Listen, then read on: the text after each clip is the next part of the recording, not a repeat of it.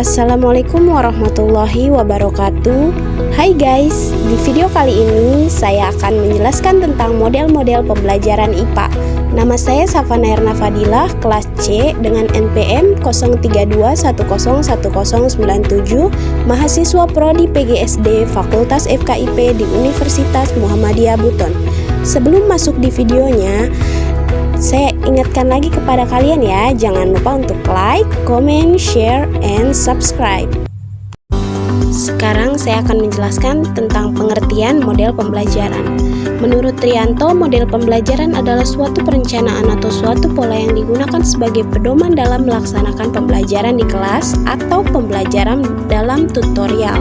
Model pembelajaran adalah kerangka konseptual yang melukiskan prosedur sistematis dan mengorganisasikan sistem belajar untuk mencapai tujuan belajar tertentu dan berfungsi sebagai pedoman bagi perancang pembelajaran dan para pengajar dalam merencanakan dan melaksanakan aktivitas pembelajaran. Joyce and Well dalam Rusnan juga pernah berpendapat bahwa model pembelajaran adalah suatu rencana atau pola yang bahkan dapat digunakan untuk membentuk kurikulum atau rencana pembelajaran jangka panjang, merancang bahan-bahan pembelajaran dan membimbing pembelajaran di kelas atau lingkungan belajar lain. Model pembelajaran merupakan suatu rancangan atau desain yang menggambarkan proses rinci penciptaan situasi lingkungan yang memungkinkan terjadinya interaksi pembelajaran agar terjadi perubahan atau perkembangan diri peserta didik. Berdasarkan beberapa pendapat para ahli di atas, terlihat adanya kesamaan ciri khusus yang mendeskripsikan model pembelajaran. Ciri khusus tersebut adalah adanya pola atau rencana yang sistematis. Ciri-ciri model pembelajaran. Menurut Kardi dan Nur dalam Ngalimun, model pembelajaran mempunyai 4 ciri khusus yang membedakan dengan strategi, metode, atau prosedur.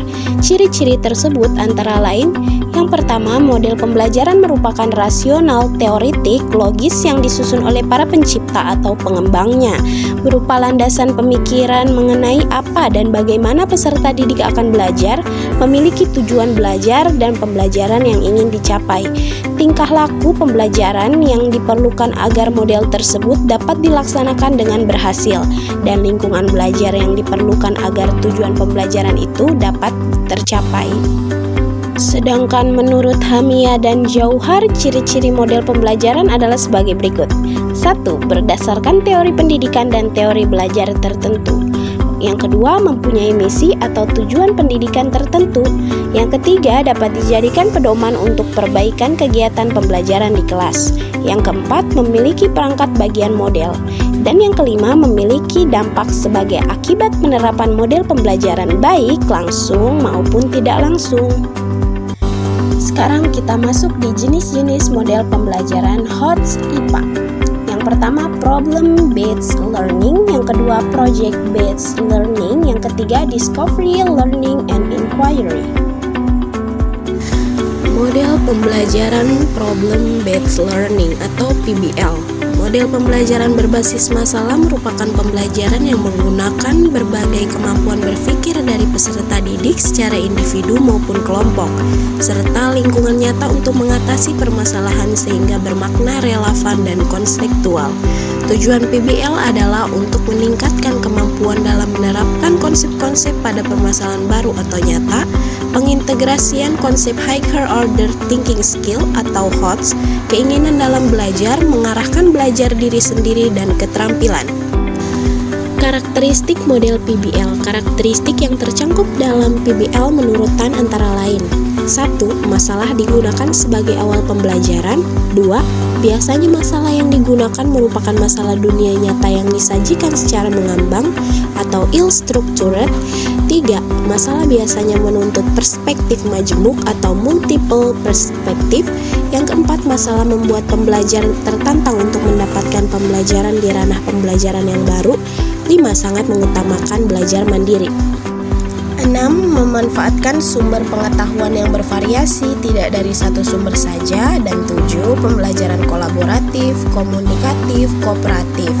Karakteristik ini menuntut peserta didik untuk dapat menggunakan kemampuan berpikir tingkat tinggi, terutama kemampuan pemecahan masalah. Model pembelajaran project based learning. Model project-based learning adalah model pembelajaran yang melibatkan keaktifan peserta didik dalam memecahkan masalah, dilakukan secara kelompok mandiri melalui tahapan ilmiah dengan batasan waktu tertentu yang dituangkan dalam sebuah produk untuk selanjutnya dipresentasikan kepada orang lain. Karakteristik project-based learning atau PJBL. Yang pertama, penyelesaian tugas dilakukan secara mandiri dimulai dari tahap perencanaan, penyusunan, hingga pemaparan produk. Yang kedua, peserta didik bertanggung jawab penuh terhadap proyek yang akan dihasilkan. Yang ketiga, proyek melibatkan peran teman sebaya, guru, orang tua, bahkan masyarakat. Yang keempat, melatih kemampuan berpikir kreatif.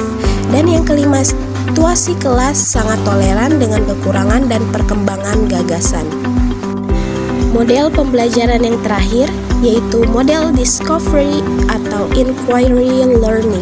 Model pembelajaran penyingkapan atau penemuan adalah memahami konsep, arti, dan hubungan melalui proses intuitif untuk akhirnya sampai kepada suatu kesimpulan. Discovery terjadi bila individu terlibat terutama dalam penggunaan proses mentalnya untuk menemukan beberapa konsep dan prinsip. Discovery dilakukan melalui observasi, klarifikasi, pengukuran, prediksi, penentuan, dan inferensi.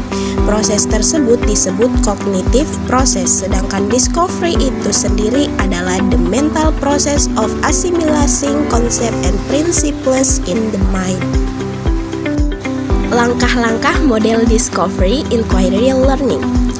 Yang pertama itu pemberian rangsangan atau stimulation. Yang kedua, pernyataan identifikasi masalah atau problem statement. Yang ketiga, pengumpulan data atau data collection.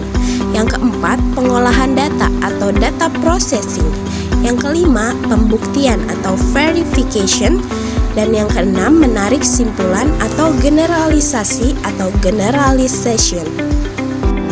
Model pembelajaran IPA yang lainnya itu ada model pembelajaran kooperatif, model pembelajaran konstektual, dan model pembelajaran PAIKEM. Yang pertama, model pembelajaran kooperatif.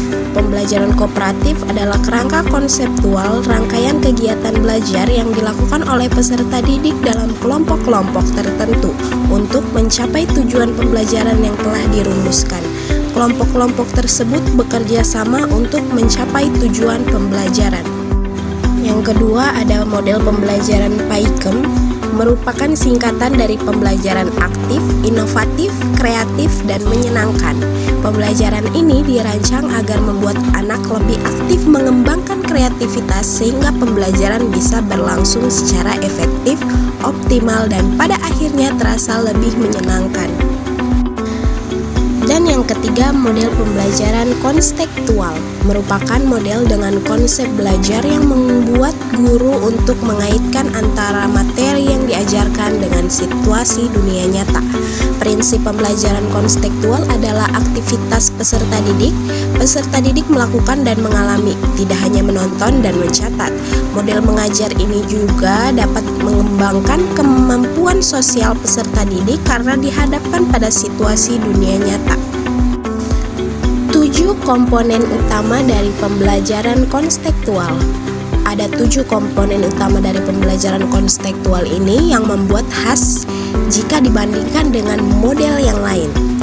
Yaitu yang pertama, konstruktivisme, mendorong peserta didik agar bisa mengkonstruksi pengetahuannya melalui pengamatan dan pengalaman. Yang kedua, inquiry, didasarkan pada penyingkapan, penyelidikan, atau pencarian dan penelusuran. Yang ketiga, bertanya, sebagai refleksi dari keingintahuan setiap individu. Yang keempat, learning community, dilakukan dengan membuat kelompok belajar. Yang kelima, modeling, dengan memperagakan sesuatu sebagai contoh yang dapat ditiru oleh peserta didik. Yang keenam, refleksi, proses pengkajian pengalaman yang telah dipelajari. Yang ketujuh, penilaian nyata, proses yang dilakukan guru untuk mengumpulkan informasi tentang perkembangan belajar peserta didik. Cukup sekian video dari saya tentang model-model pembelajaran IPA. Terima kasih, mohon maaf bila masih banyak kesalahan karena saya masih belajar. Saya akhiri dengan ucapan billahi fi sabilil haq fastabiqul khairat. Wassalamualaikum warahmatullahi wabarakatuh.